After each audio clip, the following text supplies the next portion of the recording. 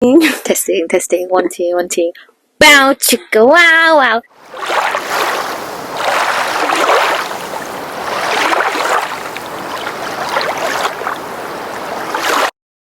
Hello, welcome to Red's Art Podcast, and I'm here with Sadia! Woo!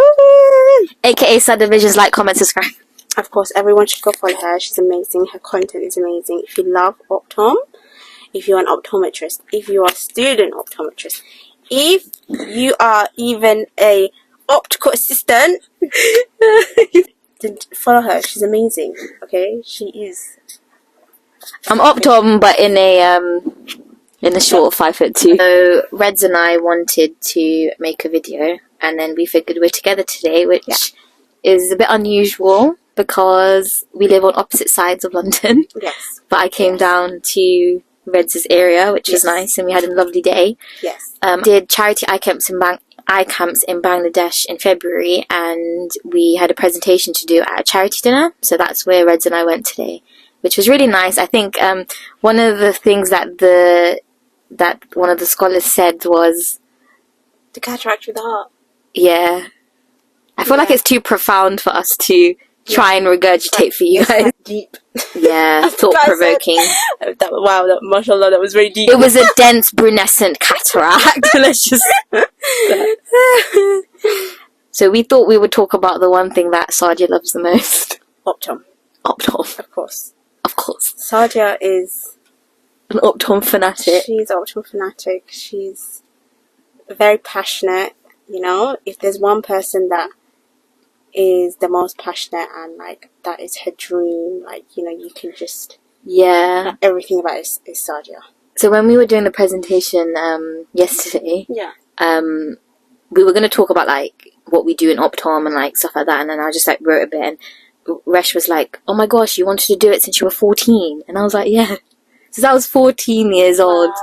And she was like, I don't know anyone that wanted to do optom at that age. Yeah. I think I was just one of those lucky ones. I just kind of always knew what I wanted. But that's the rarity. Like, now when I look at my little cousins and stuff, they're not like 100% on what they want to do. Sadia gets a lot of questions on her TikTok where people message her and they ask about optom. She gets so many that she doesn't get to reply to them. But I'm shy too, guys, okay? This is a lot for me. Is your lucky day. This is the day where all your answers about optom, everything that you wanted to know, that you dreamed of, your worries, your basically everything, your duas have been answered because I have a bit of, you know, moral support. Yeah. Okay. So one of the first ones is, hi, I was wondering if you had any tips for applying to pre-reg positions, please, for second year optometry students. So I think for us, we had a few different multiples come into uni, give a presentation, and then we kind of applied from there. One thing I would take into account with pre-reg is location. Yeah, 100%. Because you would want it close by.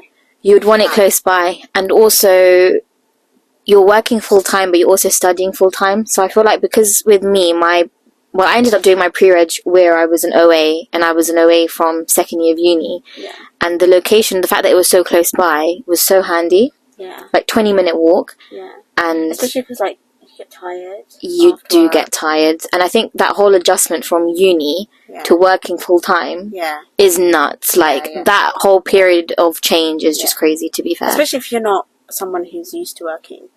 And then you go in 5 days. Because I know some people now that I work with, and they're working like 3-4 days, and they also do uni on top of that.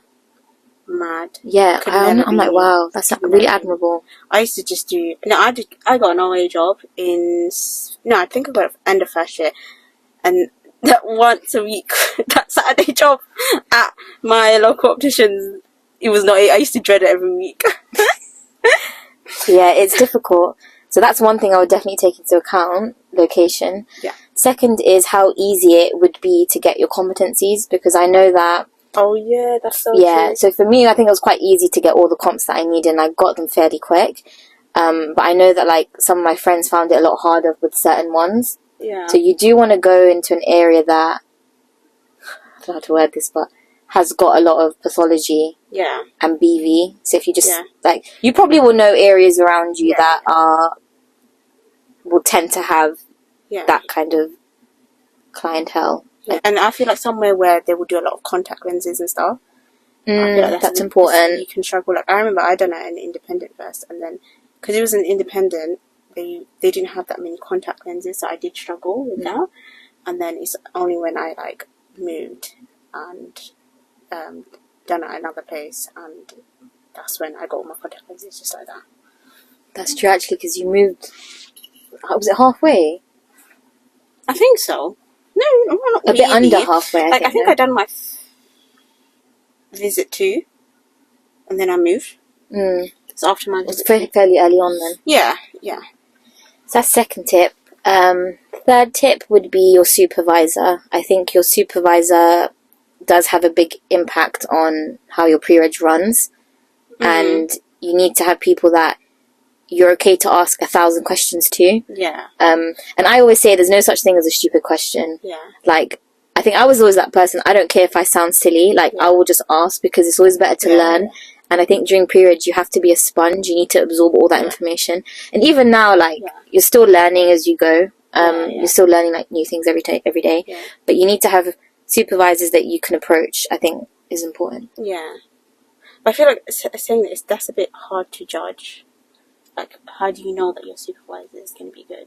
I think you can ask pre-reggers that have been there before. That's true. Or pre-reggers that are doing their pre-reg currently. Because, I mean, more times than not, you're not going to be the only pre-reg in that store. Yeah. You're probably going to have a, like... if you can get an OA job in it, that's when you get to... Yeah, that's key, to be honest. Know the store, and you get to see, like... And then you get a feel of whether do you want to work here or not. Because... That's true. Oh, yeah, I was going to say... I think during your pre-reg, I feel like the best way to learn is to put yourself out there. I think that's the quickest way that you learn, and that's when you see like a range of it. So if you don't take yourself too seriously. Yeah, like if you see like a difficult patient, embrace it. Don't take it, like, do it, because then you get better experience, and that's the best time to like get that sort of experience. Because if you see something that's difficult, you don't know how to do it, you just get your supervisor's help. And then that way you get your experience, and then you become more better. That's how I learn. That's how I become more and more competent, because like there would be a range of patients I just used to just take it, and I didn't say no. Yeah. And then like even now I feel like even like when you get like difficult people, and like people, I remember the other pre-regs, they would run away from it, and then sometimes I would just take it. I would take it, and then but I learned so much from it. Just by taking it in, you know. And I think because during uni it's all very theory based, so when you're in your pre-reg, you're acting on it, so you just remember things a lot more. I find it just sticks better. Yeah, I feel like the best way to learn, because you know, like during pre-reg, you obviously when you're working and stuff, when you come home, it's really hard to study because you're tired. Like I found that the best way to actually just study is while you're in the testing room if you can, or just after. Like if you see something that's difficult, it's like you don't know, you're like, oh wait, I can't remember much knowledge on it. Like there and then, if you can get your phone out, or even just during break, and then search the topic or whatever you saw that day, and then just read up on it, because that way you will remember it better. That's very true, because you're linking it to something that's happened. Yeah, and it will stick in your mind. Yeah. I still do that to this day, actually. Yeah, and I just find it sticks. Yeah, like if I'm like with the patient, and like I can just remember it, like it's just I don't know. It actually works. We call it better. Okay.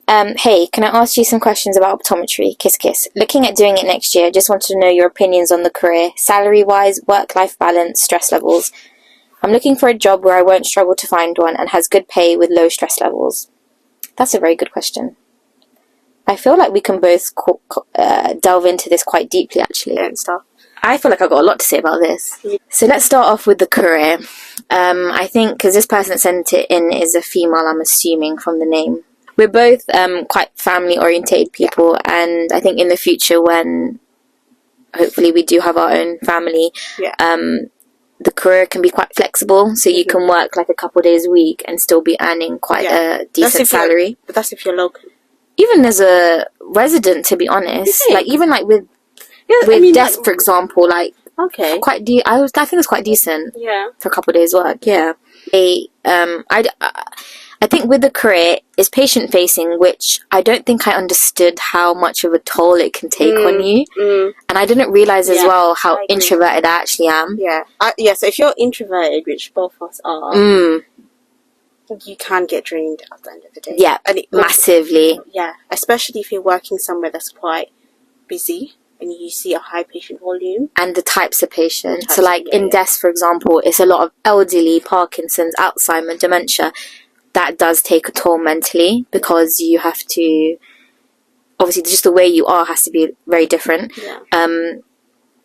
But I will say it's taught me a lot of patience generally. 100%. A lot more patience. Optometry. You know, like people, like especially after going through pre-reg and stuff, like, because like pre-reg is like, it's where you have experienced the most growth, like in terms of everything. And like coming out of it, I always get a lot of patients, and they're like, you're very patient, and I'm like, oh, thanks. But yeah, career-wise, I do think it's a good career for a female, even as a male, to be honest. I think there's a lot of progression, and there's a lot of room for development. You can do quite a lot of different things with Optom. So obviously you can become owner of a store and do pathway. You can go into lecturing, which I know quite a lot of people who've done that. You can go into working with companies, like our very good friend has. Oh yeah. Like equipment and stuff like that. So yeah, salary wise, do we give? Yeah, I would say probably you're looking at around starting maybe. Should be 50k. Depends on the multiple. Minimum. You're looking at around 40 to 70, 80k, I would say, within London. Yeah, with more experience. Oh, okay. Well, the range. I was thinking about starting. Starting, I would say 40. Still. Yeah, I don't think it's gone up, to be honest. It should go up. I think, especially because of inflation and stuff, like, it should be at least minimum 50. In my opinion. Yeah, minimum I would say it should be 50, yeah. But I think realistically, I don't think starting is 50. I think some places they do give it. Like, it depends on, it depends where you go. I think if you're looking more central. The more saturated it is, the less you get. I don't think we're too saturated. Like when we're talking to people from up north, I think it's a lot more saturated there than it is in London. So far, anyway. Work-life balance. Right, I've got a lot to say about this topic. I think you get work-life balance. We've been lucky, I feel like. I think it's only since we changed from being a full-time resident. If you think. So I know that when I was a full-time resident, I did not have much of a work-life balance. Why not? As in, like, after work, you can switch off. You don't have to think about it. Okay, yeah, that is true. That's what I mean. As in, like, you don't have to take your work. But so, by the time I would get home, it would be, like, let's say 6:30, 7. I'm traumatized from the day, to be honest with you. And I feel like... Do you know what? We need to be honest. I feel like, depending, in terms of stress levels, it highly depends where you work. That's what I'm saying. So, there are places where it can be quite quiet, and like you don't get that much patients. You might not see difficult patients, or like only young patients, and that would be nice. That wouldn't be that stressful. But then there's areas and places where you do see like a lot of pathology, or like you see high patient volume, where you can have like a lot of pressure on like sales and things like that. So then that can make it quite stressful. So I think it depends on where you work, basically, in terms of this. That's what determines the stress levels. Yeah, I think that's a very valid point. And I feel like as well it depends on your working hours. So I know that when I was a full-time resident, by the time I get home it's about 6:37, and you're drained from the day. Like, you're actually drained. So you don't really want to do anything, to be honest. But now by the time I'm like finish work, most days it's about 5. I can go gym. I have energy to like do other things because I've got that extra time. I think work-life balance is what you make of it as well. So it's just about establishing boundaries, and I feel like that's something I've learned this year in all aspects of life, really. When it's your lunch break, take your full lunch break. Please. If you can't take a walk in, don't take a walk in. Like, just don't bend over backwards. 100%. Unnecessarily. Stress levels depends on the work environment. 100%. But that is a big thing. A big thing. It depends on the people you're working with. It depends on management, massively on management. And to be honest with you, if you're just not happy at a workplace, then bye, Felicia. Hi, I'm going into second year and wanted to ask where you got your optical equipment from. I'm really worried about the price. I got Heine. Did you get Heine? You got Keeler? I got Keeler. I got Heine. I think at the time it was about 1,000 or 1,100. I remember everything coming up to around $3,000. I think like 2.5. Because the trial frame, I think I got the UB6. That was about 500. And then I got a Superfield Volk. I got a Superfield Volk initially. I think that was a couple £100. But I very kindly was gifted a 78D. And actually, that's what really? That's so nice. one of the directors of a multiple, he was quite a good family friend. And I actually did my work experience there when I was about 15, 16. Did you not know this? No. Yeah, and Why then... didn't you just use that one? No, I do. I mainly use... No, because they always said, oh, Superfield's better and stuff. I'm not gonna... I'm a big Superfield fan. So, I don't know. I don't... But that's just because I'm used to it. Like... Yeah, it's quite small, Superfield, though. And it's like, I got chubby hands, so... You know that there's I don't know the lenses actually, but you know it's like some of them are quite big. And yeah, that's 78D is quite big. My fingers start hurting. It starts cramping. The 78D is quite big. 78D is more magnified, so you can assess disc and macula a lot better. You think? Yes, I think actually in DES one of the requirements is you have to have a 78D. Is there? Yeah, so they give us a lens as well, but I've got my own anyway. See, I think in total back then when we got our equipment, which was quite a while ago. Mine must be expensive because mine was Keeler. Because I remember it coming around $3,000. Maybe, yeah. Yeah, maybe. Then, or maybe like the set that you bought. Do you know why I'm crying? Because I lost. Oh yeah, they got stolen. No, I didn't get stolen. My trial frame and my Volk and my flippers, it got left with the tray. Oh yeah. That was really sad. Very heartbreaking. Do you know what? I actually don't know what I would do if that happened. Yes, you know the trial frame. You can't buy it from like Louis Vuitton anymore. Louis Vuitton is gone. Louis Vuitton shut down. Yeah. So then, where do you get that? The Oculus trial frame, the UB4, UB6. I think there are other like third-party companies. Okay. Another thing, actually, to to the person £400? who sent me this, second-hand. You can do second-hand. But do I want second hand? Yeah, but like on eBay and stuff, I feel like you might be able to find something. Yeah, but then I got my £100 trial frame and It does the job. it does No the one job. really uses trial frame anyway, It does apart the from job, pre-reg. It is nice having that UB6, UB4. Like, I love my UB6, It but is. it has broken on me. I think the middle part. that's a scam.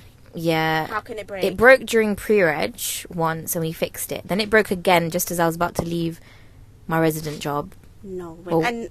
Well, but they advertise as if it will last forever. Yeah. They told us it's an investment, you know? The trial frames, I feel like they can break. It depends on how patients care for them. If you know the traumatic story I've been through. Price-wise, back when we bought it, to answer your question, about 2,000 to 3,000. So About 2 I think 3,000 would probably 3,000. It's like your the flippers, cross sills, flippers, cross sill, Volk, trial frame, ret, ophthalmoscope. I think it is really important to ask questions though about the field as well, especially when you're young and you're not 100% on what to go into, because once you're in it, you're in it. Like with Optom, once you've started, there's no point in you not finishing it, because the degree is useless without pre-reg. You're not qualified until you've done pre-reg. Yeah, I mean, so you're stuck for 5 years basically.